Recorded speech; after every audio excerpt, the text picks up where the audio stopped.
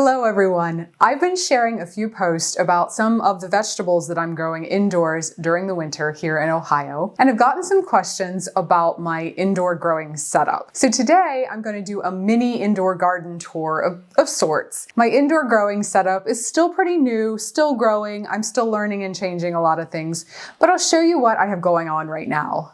Now this is my original grow light rack, and this is what I use most for starting my seedlings. It has T12 fluorescent lights, and it works great for seed starting, but not so great for growing plants to maturity.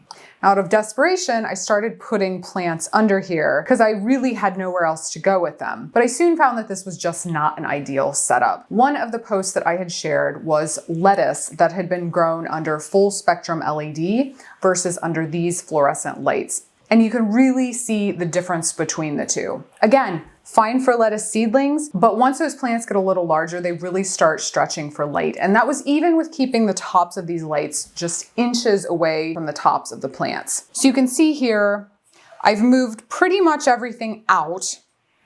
I've still got one tomato under here because I want to see if this thing will actually set and ripen fruit under these fluorescent lights and what that fruit might taste like. I've got some herbs, some cilantro and parsley under here, and even there you can see that those are stretching, and then some of this romaine lettuce. And then up here I've got my onion seedlings. And in addition to this not being the best light option for mature plants, I had to get this thing cleared off because I'm going to be starting seed for spring very, very soon, and I need the space on this rack. Over here in this corner is my first legit indoor grow setup. This is what I first went with when I decided I wanted to start growing tomatoes and peppers indoors. And this is just a flimsy greenhouse from Amazon. This isn't necessarily what it's sold for, but I would be afraid to use this thing outside. I think it would fall apart or blow away, but it works well in here. And because we keep our house relatively cool, this helps to give my heat-loving tomatoes just a little bit extra warmth. In this greenhouse, I'm using an OpticLED Gmax 150 grow light with a combination of deep red and full spectrum white LEDs.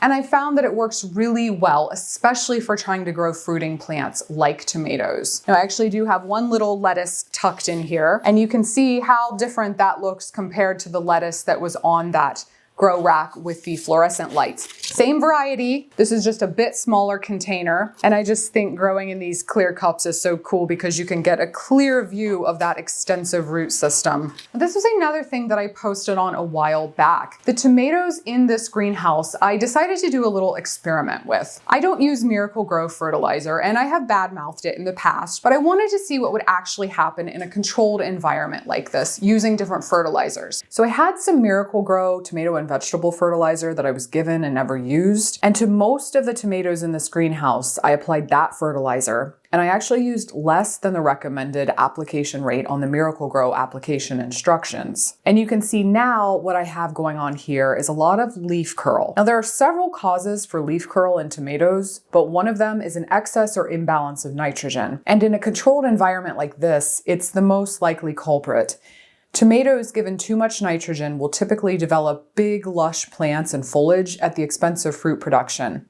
In an outdoor setting, these plants can be more attractive to insect pests and therefore suffer more damage than their counterparts who have not been fed quite so richly. So it's not much of an issue in my indoor microdwarf tomatoes, but it's still worth noting. Now compare this to a plant fed with the natural fertilizer I typically use. This plant is a little younger, but it's growing and developing in just the way I'd like to see with my tomatoes. I fully expect the flavor of the fruit from this plant to be superior as well, but time will tell. I know a lot of people will argue with me and say that it doesn't matter, that plants will utilize the nutrients in a fertilizer, whether it is synthetic or from a naturally derived source, but I find results like this really interesting. Now I am planning to do some additional testing. I want to actually do it outdoors in the soil this summer and kind of monitor my different results. But I have and always will stick with either naturally derived fertilizers or just completely natural products like animal manure, compost, earthworm castings, anything that's going to feed both the plants and the soil microbiome. Now off my little soapbox there, let's move on to my next setup. Now, over here, I've converted an Aerogarden hydroponic system to this. I've grown in this several times and I just wasn't a big fan of the Aerogarden's hydroponic system. But this light works pretty well, so I've got a variety of compact globe basil planted in these pots now. And of course, one of the easiest greens to have indoors in the winter, microgreens. I try to keep a pretty consistent supply of these going, but I was gone last week and fell behind, so I'm starting a new batch here. Last time it was peas, this week it's daikon radish microgreens in this handy little kit from Knowing Nature. And once these sprout up, they'll get plenty of light sitting right next to my Aerogarden light.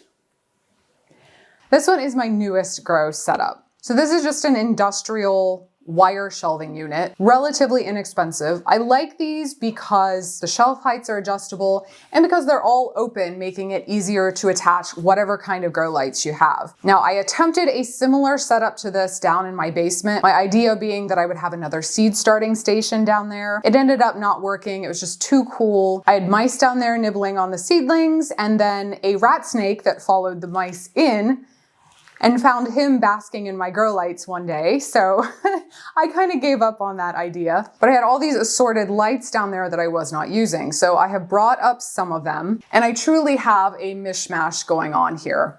First are the T5 fluorescents. Now on their own, these wouldn't work well for these plants, but I'm hoping that in combination with some of these other lights, this might be enough for these tomatoes. These are CX Home full spectrum LED lights featuring red, white, and blue or cool lights. These were super easy to just attach up here with zip ties. They all link together so I can hook as many up as I'd like. They come in a pack of 4. And these spotlight looking lights are from Aerogarden. These LEDs also feature the red, blue, and daylight white lights and have a clamp style attachment. The downside here is the spotlight style light doesn't have much coverage area. And on this top shelf are more tomatoes. So these I did have on my seed starting grow rack with the T12 fluorescents for most of their lives. I just moved them here recently, so they're stretching a bit for light. And these are a little younger than most of the prior tomatoes I showed you, so a little later on the flower and fruit set. These were also fed with the natural fertilizer and otherwise looking healthy. I'm hoping they're happy under these new lights. But the thing I'm most excited about here are these little mini cucumbers in the back that I'm testing out. Now, this is a new variety that I am trialing for the first time this year. This one is not released on the market yet, but I will be sharing updates of this when I get fruit and when the seed is actually released for sale. But these are so fun. Now, I was actually instructed to pinch the main growth node when these started growing, and that was to keep them ultra compact. I did not do that with this plant, but as you will see in a bit, I have a plant on another rack where I have done that, and you'll be able to see the difference, but still stays pretty small. And I am just now starting to get some teeny tiny little baby cucumbers on here, which is really fun. And then on the bottom row, I've got my arugula. The arugula is under a Hydrofarm FloraWing fluorescent light, and this one is a full daylight spectrum, super bright light. That brightness compounded by the reflective surface under this hood. This arugula is very happy under here. I'm growing these for cut and come again, so I'll let these get a smidge taller, cut them for salads, and let them regrow as many times as I can. My family has complained that my grow lights are taking over the house, and that's not entirely true. I still have several rooms that I could expand into, but they do seem to be creeping outward. Back here in our little reading room, I've got another setup. Now, I liked my first little tomato grow tent with the OpticLED light so much that I decided to recreate another one. My plan was to use this to grow all of my mini cucumbers initially, but unfortunately, when I went to get another Gmax 150 light, they were sold out on the OpticLED site. So I grabbed this one from Vivosun, which looked very, very similar, had similar specs online, and it seems to be working all right so far. I will say that I do like the OpticLED light better. It's more powerful. It had an easier attachment system. The difference on the dimmer switch was much more noticeable. This one I can hardly tell any difference between the different strength settings, but the proof will be in the pudding. If my cucumbers turn out some good fruit back here, then the Vivo light will be just fine for future use. So I've got more of those mini cucumbers back here. As I mentioned, this is the one where I snipped off the main growth point. So this one has started maturing quicker. For any of you who top your tomato or pepper plants, this is the same concept. I just forced the plant into maturing fruit more quickly. So you can see this little guy here. This is the biggest cucumber I've got so far on any of these plants. And this plant I must have actually not snipped off low enough because he's continuing to grow and a little slower to put on fruit, but there's some babies there. And in the back, I've got some more little mini romaines. I'm sure they're not entirely happy. This is a little warm in here for the preference of a lettuce, but I'll get some salad greens off of there nonetheless. And while they're not edibles, I will share with you guys quickly the house plants that I have growing. And I will forewarn you, houseplants are not my strong point. Unlike my edibles, where I do all of this research on the best varieties and how to grow them and try to do everything perfectly, houseplants, I kind of just grab things that look neat from the discount racks at the store. And if they survive, they survive. If not, I throw them in the compost. I don't like to spend a lot of time on growing things that I can't eat, but it is nice to have a constant source of greenery in the house through the winter. So we are lucky enough to have this big southern exposure window back here in our living room. Don't mind the muddy paw and nose prints all over the door. I have this clean, and then we kind of went through a super muddy spell, and the dogs, well, they're dogs, so ignore that. I've got pretty standard house plants here. That was an umbrella plant back there, a few red-edged Dracaena, and a fiddle leaf fig in back.